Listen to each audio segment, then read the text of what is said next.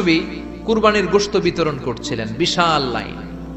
কুরবানির গোশত মাঝে মাঝে বিতরণ হয় না, লাইন ধরে লোকজন নেয় না, বিশাল বড় লাইন। এই বিশাল লম্বা লাইনে হাজার হাজার মানুষ। এই লাইনের মধ্য থেকে একজন বৃদ্ধা মহিলাকে বিশ্বনবী আলাদা করে নিলেন, নিয়ে বিশ্বনবী গায়ের চাদরটা বিছিয়ে বসতে দিলেন, বড় একটা গোশতের প্যাকেট দিলেন। মহিলাটাও বিশ্বনবীর মাথায় হাত বুলিয়ে দোয়া করে দিল, চিল্লায় পড়েন সুবহানাল্লাহ। সাহাবারা বললেন, নবী, হাজার হাজার মানুষ গোশত নেয়ার জন্য লাইন ধরেছে, কাউরে আপনি লাইন থেকে আলাদা করে নেন নাই, নিজের চাদরের উপর জীবনে কাউরে বসতে দিতে দেখি নাই, কে এই মহিলা?